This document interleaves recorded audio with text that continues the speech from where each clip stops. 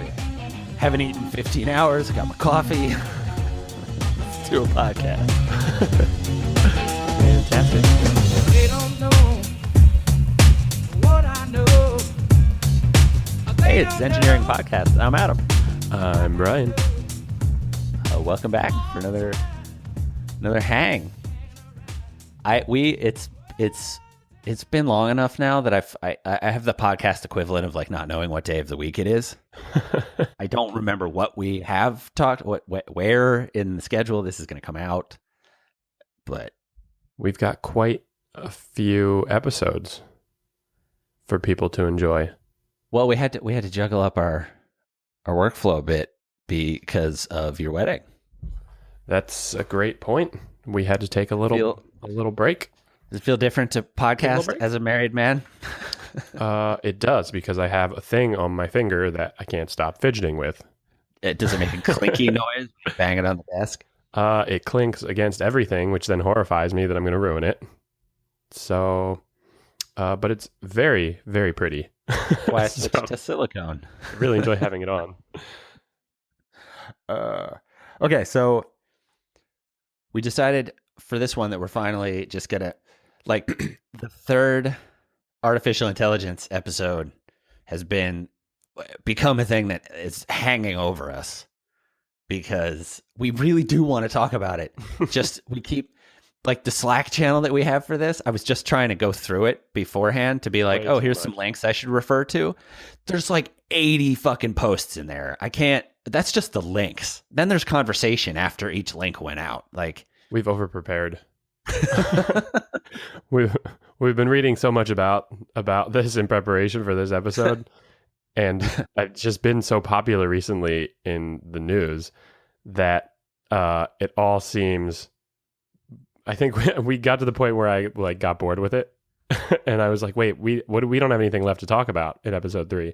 But in reality, we've just been talking about it for months since we did those episodes, which was episodes 27 and 29, parts 1 and 2 of a 3-part series on artificial intelligence. something like that.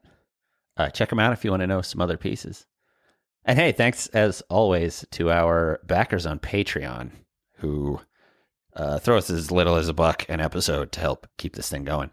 If you want to check that out, help us out. It's patreon.com/Zengineeringpod. Really nice. You can also throw us as much as millions of dollars. So don't go back. You can't. Well, no, I think at that point you have to be an accredited investor, and the SEC will be concerned. Oh, 10,000. Maybe that's the annual gift you can give us. Something like that. Go for it. Don't hold back. Do it. You won't be sorry. Okay, so AI part 3. Is this it? Is this Terminators? Uh, We're not going to talk about Terminators. I mean, that's really all we've wanted to do, right? That has been sitting as its own episode for a long time, but I think episode 4. we realized this should just be Terminators. We've had this listed as an episode since the very beginning of our podcast. We wanted to do Terminators because I think that's what everyone really wants, isn't it? Isn't it? Terminators? Arnold Schwarzenegger chasing you around, not chasing you around, protecting you, not protecting you, trying to kill the other Terminators. California certainly wanted it enough to elect him governor. Imagine if we had 4 governors from different time periods all working to our advantage all at once. That'd be amazing. One of them's evil, but you don't know which one. I don't know how the governor from the past would do. Is there a governor from the past? Probably. Like if you pulled somebody out of the past to govern, right? Like 1980s, right? Because we're talking Terminator past. 1985. I think we had a movie star governor at that point too. Was it Reagan governor of California? In 85? Before he was president? Maybe. I wasn't paying much attention to politics when I was 4. Right. But I probably should have been. Lazy American. So I think the first thing is, what did we cover in parts 1 and 2? Just quickly. Good question. Part 1, we talked about all of the ways that humans have kind of used technologies to sort of offload. Initially, it was our intelligence, right? We were kind of getting like, hey, is there stuff right now that's artificially intelligent? But we realized that really all the technologies we have right now, we've really just offloaded our memory. We like store information places. We write stuff down in books. We take pictures with our phones that are kind of like visual memory. We like store notes places. We record music. Like that's none of it's intelligent. It's just well, we need to because our information memory is archival. shitty. Like human memory is notoriously faulty. It's certainly not. It certainly doesn't seem to be designed to specifically remember like detailed facts. It seems to be very good at parsing something that it's captured and allowing you to do other things. And developing like psychological damage based on patterns. It seems to be very good at online bullying, but and it being hurt by online bullying. and it being hurt or pleased. It's not our natural memory is not very good at storing facts like what color was the car that drove by in the heat of a robbery. In the context of intelligence, that got us to the idea of, okay, one of the things that you would say that a person who's, quote, smart has is like factual recall. Like they know about things. They have answers to trivia questions. They have, like Jeopardy is a thing that's popular to watch and to be good at. Which incidentally, we have a computer that can beat all humans at Jeopardy. Bummer. Watson. And it's interesting that we don't just watch those computers compete now because we don't care about them. We just want to watch the tiny pea-brain humans compete. We do. We watch them compete all day to decide what content you should see. When you pick Reddit over Facebook, you just awarded Reddit some points in the competition of the algorithms. Now that I have your attention. But so we realized that the first piece you had to cover for intelligence, quote, intelligence, is this knowledge piece. And I think it's pretty hard to argue that we haven't fully offloaded knowledge about all manner of things. Right, humans don't remember anything anymore. Beforehand, you just had to go through a search process just to find the name of a publication that you love. Like, I don't you remember. refer to constantly. You go, oh, I read a blog post that was on a thing. I'll send it to you later. Right. I mean, we search for everything. I can't tell you how many times in the last month I've had to know my wife's phone number, and I don't know it. She doesn't know mine, and people kept making fun of us. And both of us were like, why would we know each other's phone numbers? It's in this machine that I keep in my pocket, and it just has a picture of her, and I touch it, and it calls her for me. So I don't need to remember 9 digits anymore. That's dumb. Do you know the IP address of your email server? Like that doesn't. It doesn't keep your email from working. So nobody even thinks about IP addresses existing. So I think in that first episode, we realized in that conversation that what we struggled with was actually to come up with what was intelligence. Because everything we started chasing, we did a whole segment called memory. like, "Are you smarter than a something?" that just didn't work, so I cut it out. Oh, you cut that out? We should try that again. Is a dog smart? Is a something smart? Is a well, the dog problem is smarter we than only a get moth? one. We only get one layer deep on everything. Is a snail smart? Well, in some ways, it's pretty hard to define, and that's important for this episode because you can't really talk about the technology in a philosophical manner without trying to really define what intelligence is, which is kind of where we want to go with this one, I think. Well, the second episode... Good, I got ahead of myself. Thank you. We covered...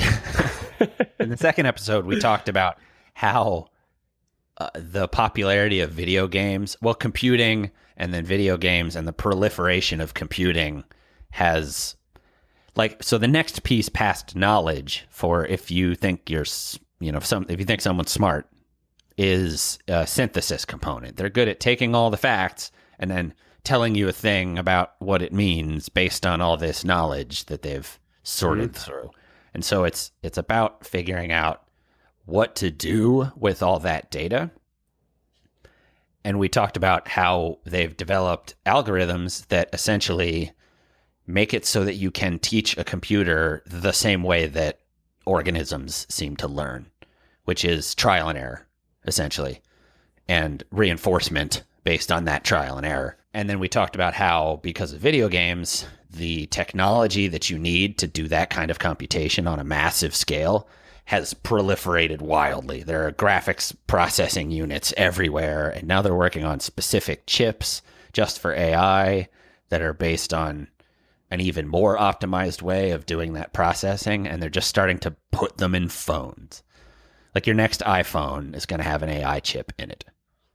A specific processor just for doing machine learning and artificial intelligence type. So we talked about how the mechanism has grown and proliferated for synthesizing that data, which means the third part now really is the conversation. So if we have an algorithm that's learning through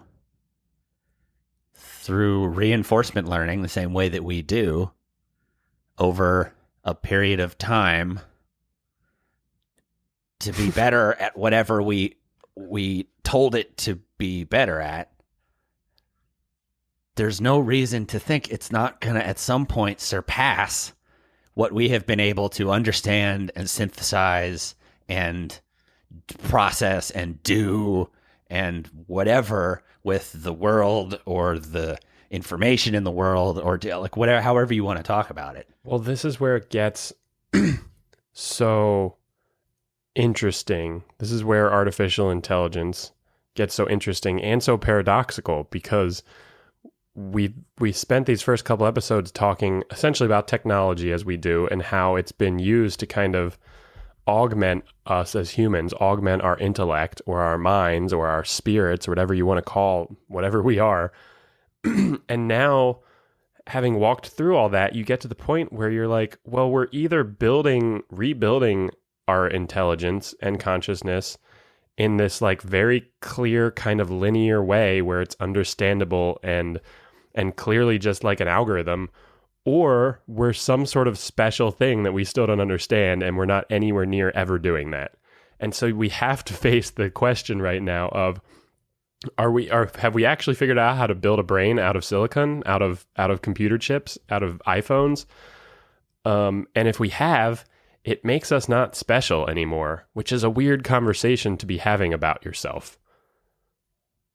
Well, because imagine that organism.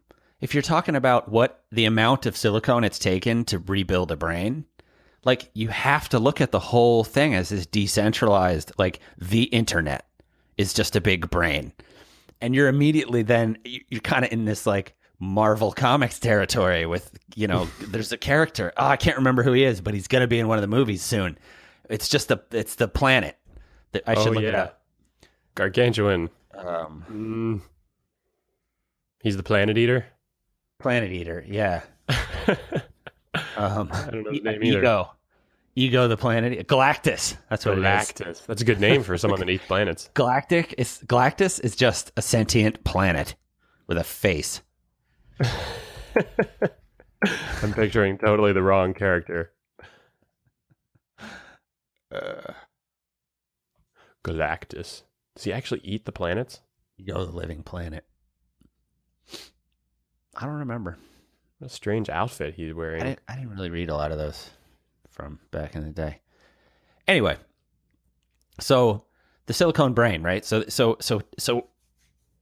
the Terminator question comes from a really interesting place, which is if the Terminators aren't trying to kill me, I don't mind that they exist. It's not robots that we have a problem with. It's robots that want to kill us that we have a problem with. Sarah Connor doesn't need protection if the other robot doesn't want to kill her. Well, we run into immediately facing our own fears and a reflection of our own problems in society. There are people that don't like each other and try to kill each other. And so if you're going to create an entirely new race of creature, you got to worry about them killing you because we've just killed all the other ones. Well, everything, like you said that article, There's a quote from that article. I can't remember the exact wording, but it essentially stood for everything that has ever existed has gone extinct. Yeah. It's similar to the comment that everything that has ever lived has died. But it's more profound because it's to the next level. It's like every species on Earth that has ever existed, except for the ones that are alive right this second, they've all gone extinct. The dinosaurs all went extinct or like became something new. And so we're at this point now looking at ourselves, humans, where not only are we looking at like other existential crises where we could be destroying ourselves, but we could be turning into something new. And if we don't, we're going to go extinct. It's just proven throughout history.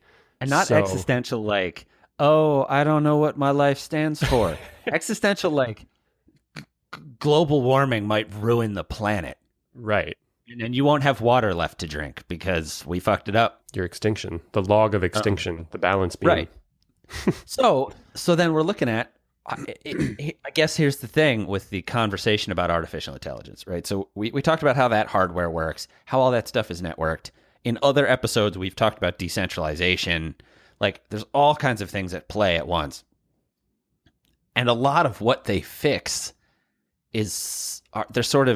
they're persistence problems. They're data persistence problems. Like, we're offloading all of these memories. But we're not just offloading them. We're offloading them into a place where they're stored. And then there's weird questions about like, well, what do you do with this person's Facebook page after they've died? Mm-hmm. Right? Like if you leave it there, whatever was recorded on that Facebook page is memorialized in this sense, right? Their memories are kind of immortal now, in a way, right? And certainly with higher fidelity than I remember Achilles, but I do.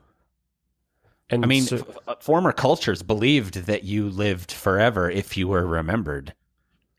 And you kind of do, right? I mean, it becomes... I mean, this episode really culminates with all the big questions. Right. Forced to look at what our own intelligence is really just forced to look at what we are. Like, what is the world? What is our perception? And we do seem pretty special because it's taken as much work and silicone and networking and blah, blah, blah to start to build computers that can at least appear to do things that we do that we consider to be cognitive tasks, playing chess, playing Jeopardy, like exercises in intelligence. So it is special in the sense that we continue to find that the human brain is actually a piece of this that needs to happen, right? Like Reddit does really well in the news, but there's still this overtly human component of people vote things up and down and then take part in communication, and that drives what surfaces for other people to see and take part in. Yeah, it's interesting. The humans create the information there. They then share, they like have these thoughts. They then create the memories. They create these articles or posts or pictures ever, share them publicly. And then it's kind of like a shared public manipulation of memory, right? It's discourse over what the information is that was just presented to you. It's sort of like a reaction. How did your processor react to this article? And then grading and judging each other's perspectives. It's like, well, this group all liked this thought that one member of the node had. It's a strange interaction that is very much a hive mind. I mean, people refer to the internet. They make that comment because people joke about like echo chambers and following particular modes of thought on the internet that you get stuck in with these little niches. But it is just this giant shared memory bank that we're all feeding off of, and furiously feeding off of it too. Right. How much are you glued to your phone? I mean, I had lunch with friends the other day who had a basically newborn baby. I think it was like 6 weeks old.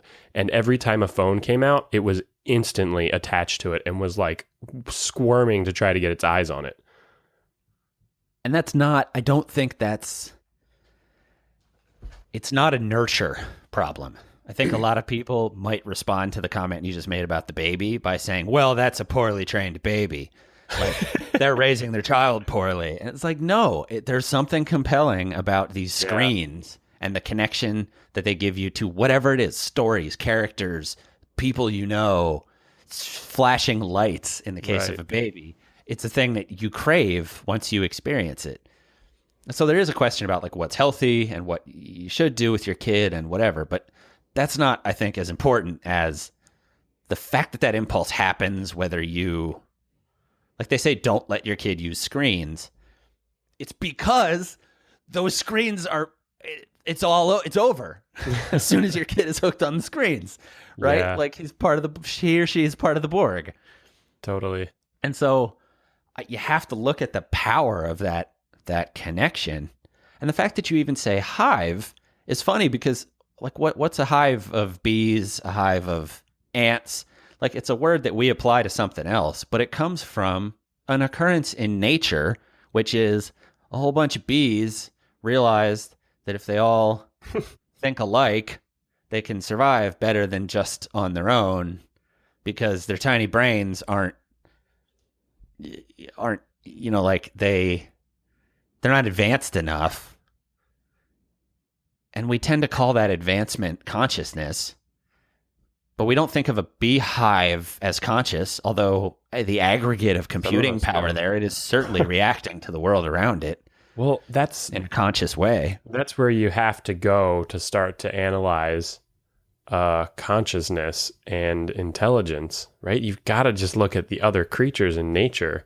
And this is where I always get hung up is how can you possibly think that there's a difference between a plant growing towards the sunshine and us going out and finding berries? It's like, it's the same fucking thing. The plant just has a little less to do. The plant actually is smarter. It just gets to hang out in the woods, which is really peaceful and nice, and just grow towards the sun. I would love to just go lay out in the sun all day. That sounds great. But instead I have to go forage for berries. But you're still just sort of going out in the world to find the thing that will sustain your proliferation, right? And so what's so interesting about AI, I think, is that it's possible because we have persistently built, because as far as we can tell from nature, the best way to overcome this persistence hurdle is to connect consciousnesses at whatever level you're conscious, right? Like, forget an argument about what it is, but it's something that we have. And then on some level, other life forms have, to a point that if they don't have enough of it, we just kind of don't treat them like they matter. But the way that there is a paradigm and a precedent for solving problems by connecting consciousness through a communication protocol, essentially, which is what we're doing with the internet. But also, we're trying to replicate these other systems. And so you now have this question of the thing we call AI, which is, will it's going to start persisting on its own like a life form at some point. And you could argue that it kind of already has, just not in a point where we're going to interact with it in a weird way where it does anything other than what we expect. And so then there's a question of, will it ever do anything other than exactly what we expect? Like, will it behave in a human-like way where you're like, oh God, that was an accident. Okay, well, just do it different next time. Oh man, I didn't mean to kill all the humans. Shoot. I just meant to help them. Well, then you have it's weird questions about, like, does that mean build ethics into AI? Or is it a question beyond that, which is like, we won't even matter to AI because it'll be so much smarter, so much faster because of the way it's networked up? Is there a physical limitation? There's just not enough silicon to ever actually get to that point? Well, the thing we sort of got to in the first two episodes, we purposely were trying not to define intelligence and not get into the paradoxical aspect of this conversation, but this is it. This is the one to do that in. And it's tough because I hope you haven't already gotten motion sickness from how much I feel like I'm all over the place. I have a little bit of it, but I think it's just because I was out late. the the place that we started to touch in the first two episodes is really the idea that none of what we think we are or what we do exists outside of the construct of us thinking about it. We're only smart because we think we're smart, because we look at ourselves and make this judgment that we're doing something, that we are something. And if you look at it from a how did we get here perspective, like an evolution of creatures, and then you look at those creatures, we clearly just got here from a long string of occurrences, of random things happening, of random particles bumping into each other. But that just can't possibly be the case because it doesn't feel that way. And so, no idea where I'm going with this. Well, there's both. I mean, it's sort of back to the same thing, which is this struggle of it makes you feel good to feel special. And we're treading on technology now that is going to kind of like it simultaneously shows that it leaves open the possibility that we are, but continues to creep on to the possibility that we're not.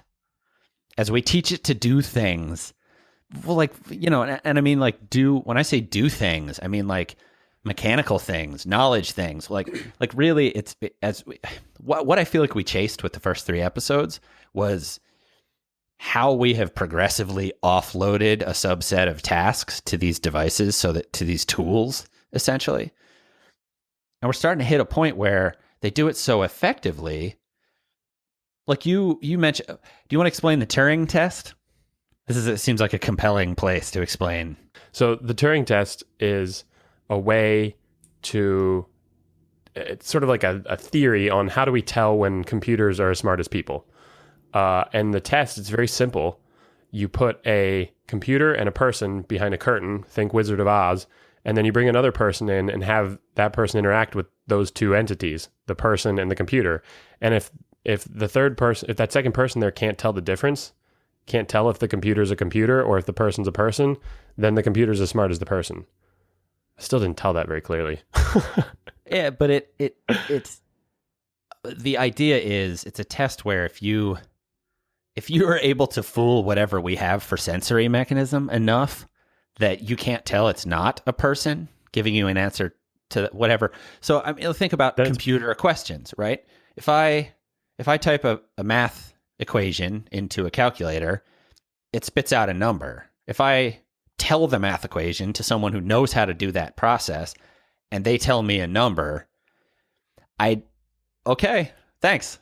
Moving on. Because I don't know how to do that thing to check it anyway. And so, like if you're talking about advanced calculus, the rest of the world is offloading that to mathematicians already. Right.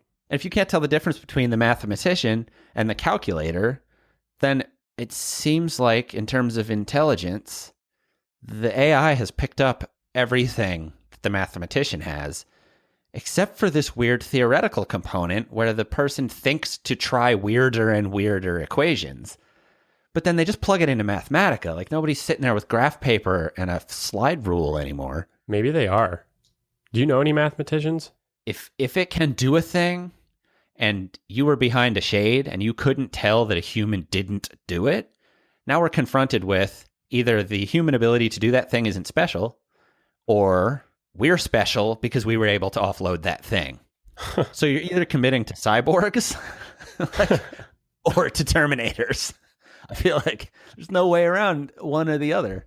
The Turing test is interesting because it hits that question of what does it matter? If you can't tell if it's human, I mean, take that a little further. If you're just having a conversation with a computer on a phone and you can't tell that it's a computer, then you may as well just be talking to a person. What's the difference, right? Now, imagine you give a robot body to it and it looks just like a person and it talks just like a person. Is it a person? Well, so this is what it's funny that you you're inclined to go to this physical place with it, right? Which is a line of reasoning that comes up in philosophy frequently, which is like, am I my body, or am I something that lives in my body, Right. or am I something that floats above my body 6 inches and just follows me around and they're separable? Like, can you talk about me apart from my body, right? Like this idea of, could you upload your consciousness? We don't know. If you replicated every brain cell, it seems like maybe, but then what happens with the ethereal thing that is me? Like we don't really know. But my thing is, if you track the way that AI has behaved, and you track the way that things in nature behave, and that we have behaved in terms of building the internet, my thing is, why do the Terminators need bodies? Right? Like, you're chasing the wrong line of thought. If your thought is, well, they're going to build these robots, and like maybe there are robots already because I want a thing to hand me a drink, but like, and maybe that thing turns evil because that's convenient for Skynet. But like, why? I don't know why we would ever get to that point. Well, the Terminators had bodies so that they could kill us and infiltrate the troops. And the only reason you would need that pretty is for reasonable. swift extermination. But here's the thing. If you have solved the persistence problem that we talked about like 10 minutes ago, time is a completely different construct for you. An AI is not going to blow us up. They're going to wait for us to die. They're just going to shut off the water and wait for 6 days, and everyone will be dead. Why would an AI do anything? The it becomes question, like a motivation question, which is really, really crazy. Right, which is a very important part of defining our own intelligence and consciousness, is what is our motivation? Because our motivation seems to be what defines us as creatures and defines our intelligence. We think it's complicated in like day-to-day life. We're like, ooh, I've got a lot of things that motivate me. But at the core, you don't really. And we joke about it, but you're really just motivated to procreate. To do stuff that feels good. And we're like kind of tricked. Yeah, you do stuff that tickles your brain. So back it up a tiny bit to, so then, or not back it up, but let's talk about the idea of a super intelligence, which is a thing that, this is kind of the back half of those posts that we were talking about. Like, so assume that intelligence is just a measurement of your capacity to offload problem solving, largely in order to ensure the persistence of humanity. Interesting definition. And you follow our progression of building intelligence and offloading those things. Like, there's no reason not to think that we're not going to have an AI with a series of sensors reacting to the world that's better at driving than any human ever could be. It doesn't have the faults that we have. It's not a horny 16-year-old not thinking about the things you should think about if you want to be 100% safe on the road. Like, it's just going to be better at that thing than we are. And then it's going to get better at other things. And there's no reason to not think that the idea of what this thing can handle without consulting us isn't going to surpass the ability of any human to do anything except for maybe creative tasks, which is that's the the cyborg question. That's the place where it gets weird, right? Because I think anyone who's sufficiently familiar with technology these days would agree with you on cars, for instance, right? That's a pretty complex thing to do, and it's been very, very hard for us to get a machine to do it, and it still doesn't really do it super well. But it sure seems like it's going to in the next 5 or 10 years. Cars will all be driving themselves. They'll do great. There probably will be very, very few accidents. And I think that's pretty accepted from people who get that technology. But you're right. The piece that's then missing then is, why doesn't that car like want to paint a picture? Why doesn't that car pull over and be like, I'm tired of driving you around. Do you mind if I go drive through that meadow on the way to wherever we're going? I don't really want to be on this highway anymore. When does it do that? And what the hell is that? It doesn't do that ever, because it's not worried about dying. Is that purely it? Is our motivation purely just not to die? I mean, I feel like that's why we get to this question because of this, because that seems pretty obvious. As how much of malice, how much of learning to be mean, how much of fighting for resources is motivated by the fact that time is finite for the current iteration of the human organism. And the things that keep you alive are finite, and you have to fight for them. Well, Damn. I think we've wrapped it all up. Sleep tight, folks. I'm going to go meditate on dying, on not dying. But the way that this seems to be going down, though, is that when we develop an intelligence, its persistence and our use of it seems to piggyback on this human creativity component, right? Absolutely, Driving does not require a lot of creativity. What it requires is strict attention to like a data input. And the fact of the technology with driving cars right now is it can see the world around it better than your eyes and ears can, because it's paying attention to all of the same data streams. And it's just better at things like the Tesla is actively aware of like 4 cars in front of you. So it sees the 4th car start to brake, and it processes that you've got a pileup about to happen, and it slows down. Like, that's not a thing that normal humans do, especially not if they're checking Instagram. So we're making driving consistently more unsafe because we can't unjack ourselves from this communication network by which we talk to one another, and we solve the problem of the fact that driving is dangerous while you're jacked into the matrix. So it's like, so then the piece that makes people uncomfortable with self-driving cars is a philosophical problem, is literally the trolley problem. The car, because of the nature of driving, which this is why I think we're going to offload this all to VR abruptly, is the inherent danger in driving still is that sometimes there is an accident of the scale where someone's got to die. Like, no matter what, this thing's getting run over or I'm hitting this tree. Mm-hmm. So you have to decide between hit a deer or hit a tree and kill everyone in your car.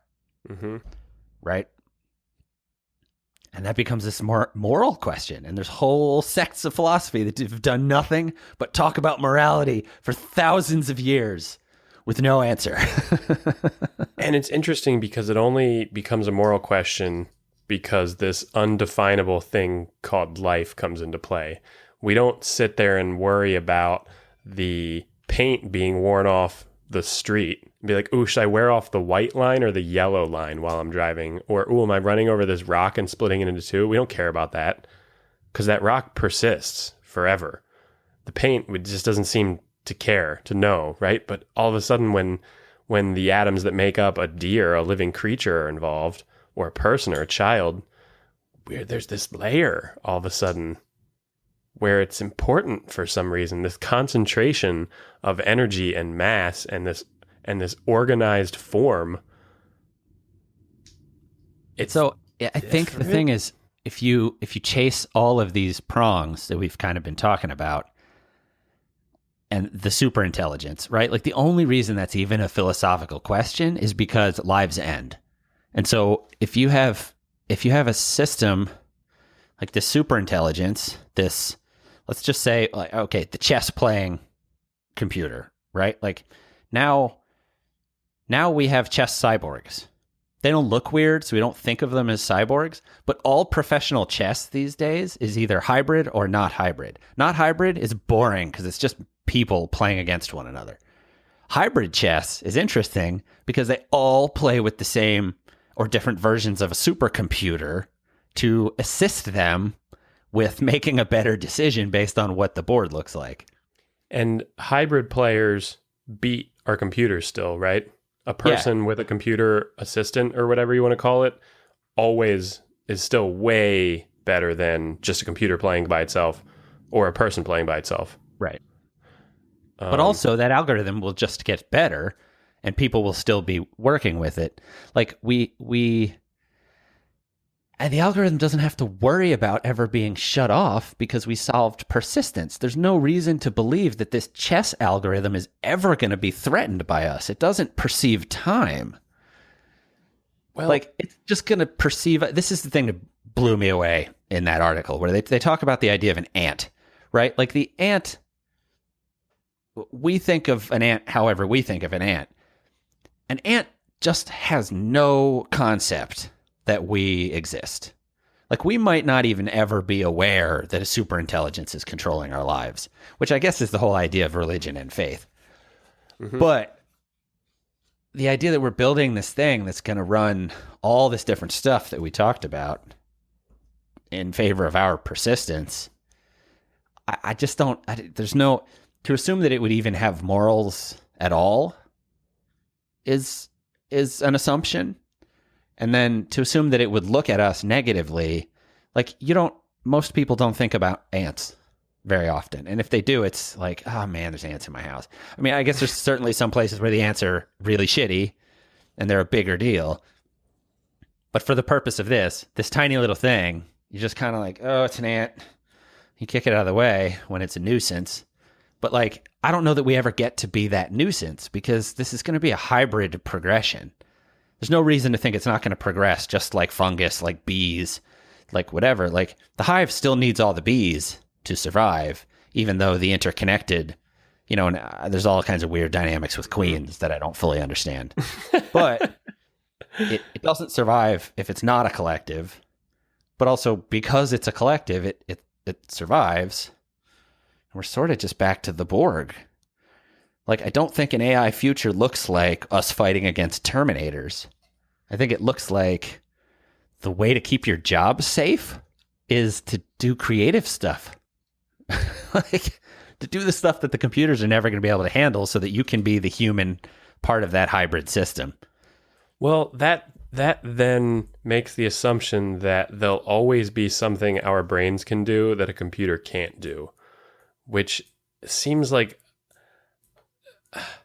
I get that. That's one perspective on it, but it's also seems like it's still taking that tack of, we're still more special than anything that the nerds are going to come up with. I'm really special. I'm really unique and I'm really creative.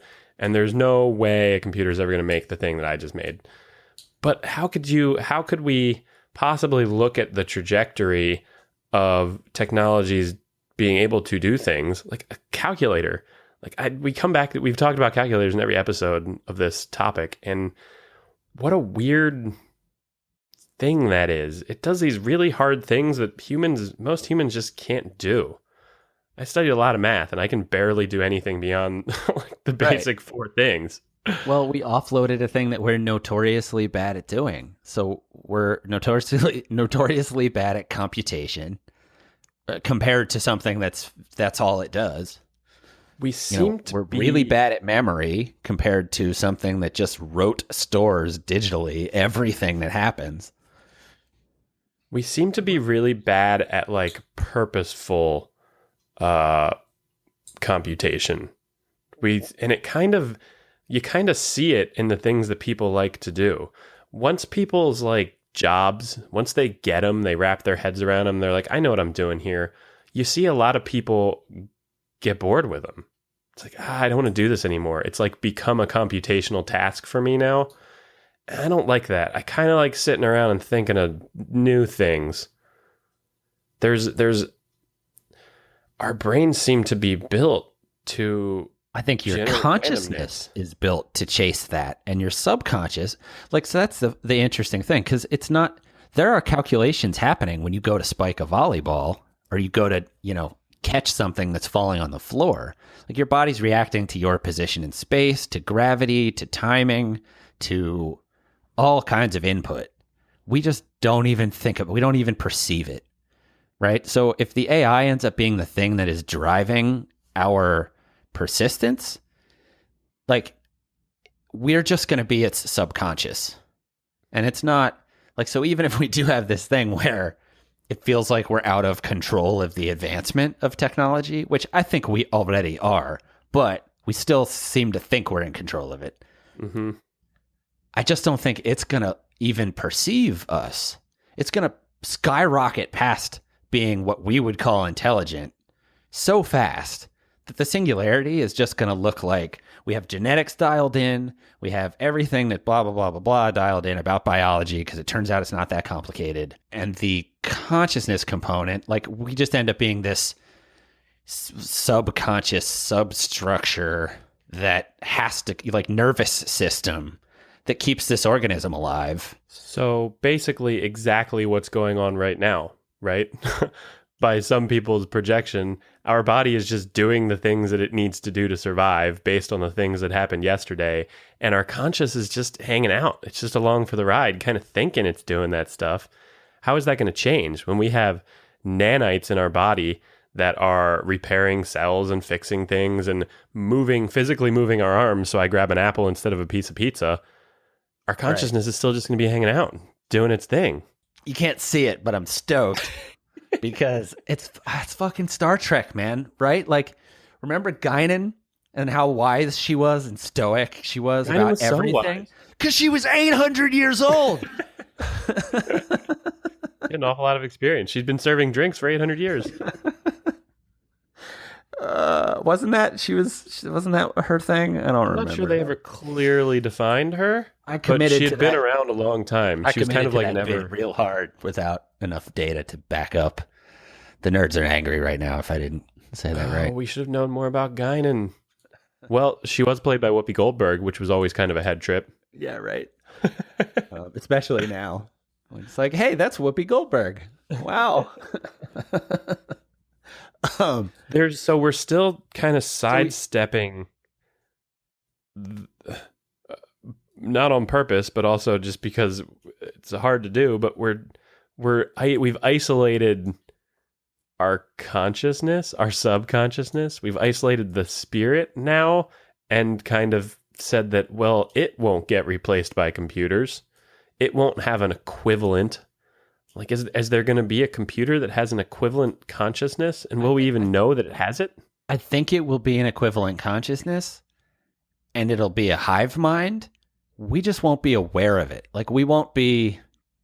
It's a thing that exists like the human to the ant, and we're the ant. Like, we're not even going to be aware. Like, it may already exist, and we want to call it the universe, or we want to call it God, or whatever.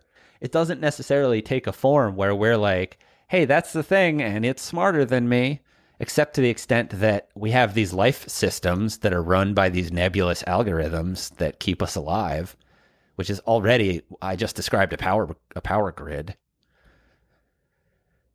No one thinks about how the power grid works. They just get grumpy when it shuts down. You know? So I think it's this funny thing of, we have this assumption that causes the fear around AI that whatever system pops out of the singularity is going to somehow make it feel like our world is any different. So I'm not saying it won't be conscious, and I don't know that we're necessarily even special. It's just going to not think about, like, I don't sit around every day thinking about my heart. It's healthier when I spend some time thinking about my heart, but not because of a thing that I can really articulate. You know, like it gets to that weird space of, we have pattern recognition around all the things that we can consider to be sort of new age, like meditation or whatever you want to classify in that space of, like, oh, science, I don't know about science backing this up. Science does back up that if you meditate, here are all these healthy things that happen. Why? Unclear. Right? So, so I feel like the AI is just going to think about us the same way we think about meditation, where it's just man, meditate. When I feed the people, I feel happier. I don't always feed the people because there's other things I want to do, but Like right now, I'm kind of working on consuming all the matter that's on Mars, and that's what I care about. And if this thing back here doesn't survive, then I don't get to do that. And so I guess I'll take care of it until Oh, I no, can't I forgot anymore, that. and then maybe the Earth ends. Like, Yeah, man. This is a dense space to be. but it feels They're, like we're really there in time. Like compared to everything I've read about these sorts of conversations, like none of them, other than religious conversations, ever tread on the territory of immortality in a way that feels so material now. Yeah.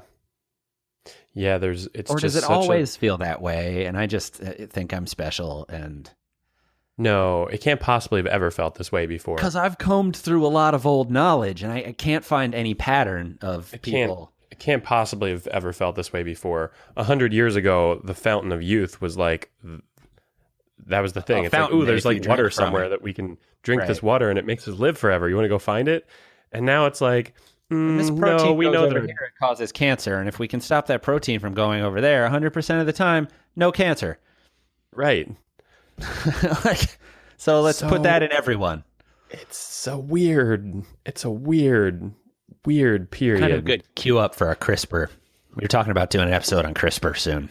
Yeah, I would love to do an episode on Which is CRISPR. super relevant because to dig in on like the biology and chemistry of what we're talking about here. Like I'm Yeah.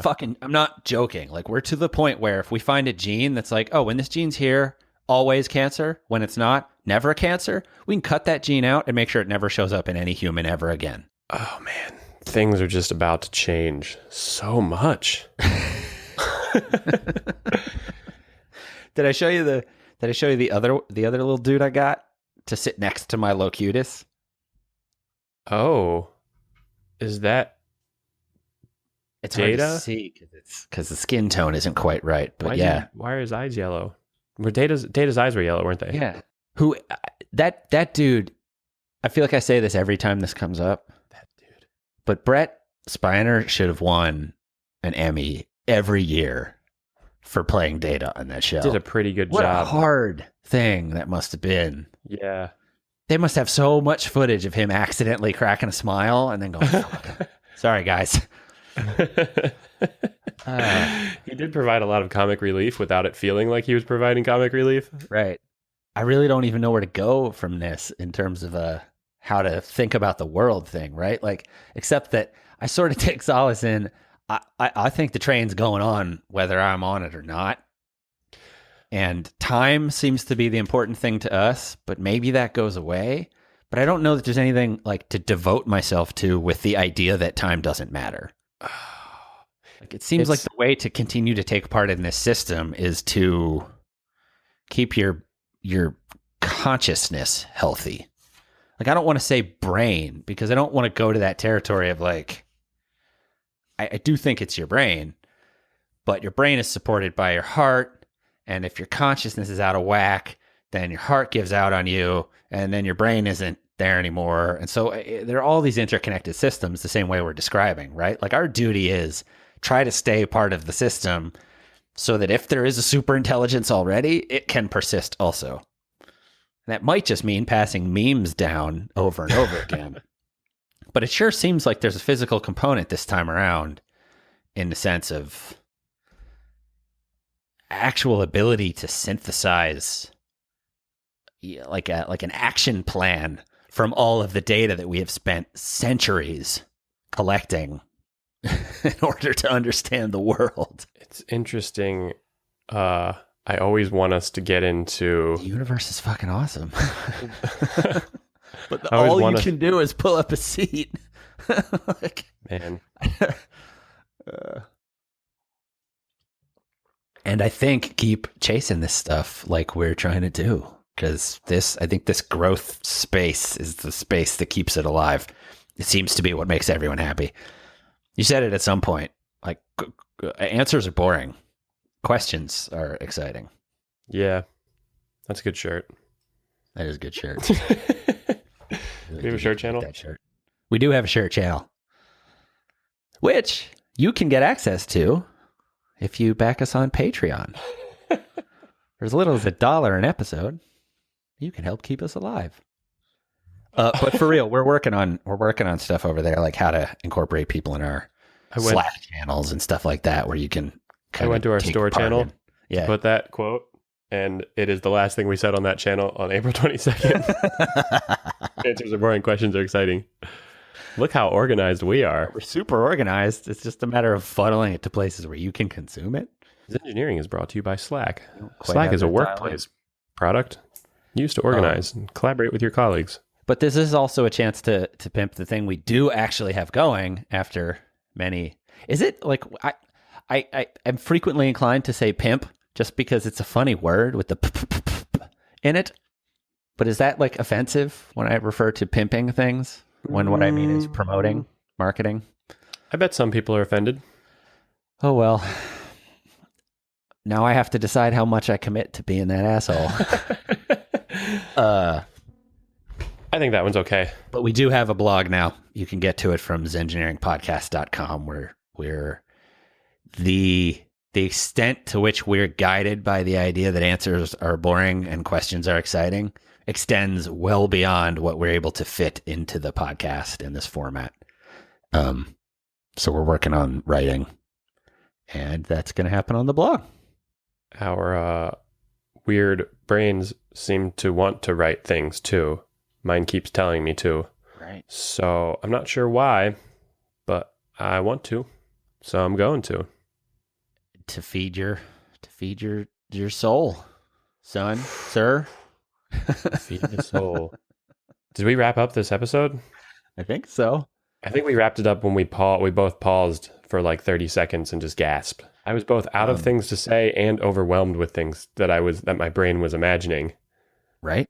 I mean, I didn't know what to do. That's why it's the episode we put off for a little while, because it's really hard to not just float off into like, and then I don't know, man. Like I've been studying philosophy for 15 years. And most conversations end with, hey, so that was some stuff to think about. Let's leave now. Gotta go. We're out of time. Come back tomorrow. Hit us up on Patreon. Check out the blog. Keep taking part in this conversation. The blog post we have up right now is about it's the beginning of a series we're going to do on the process of making the podcast come out.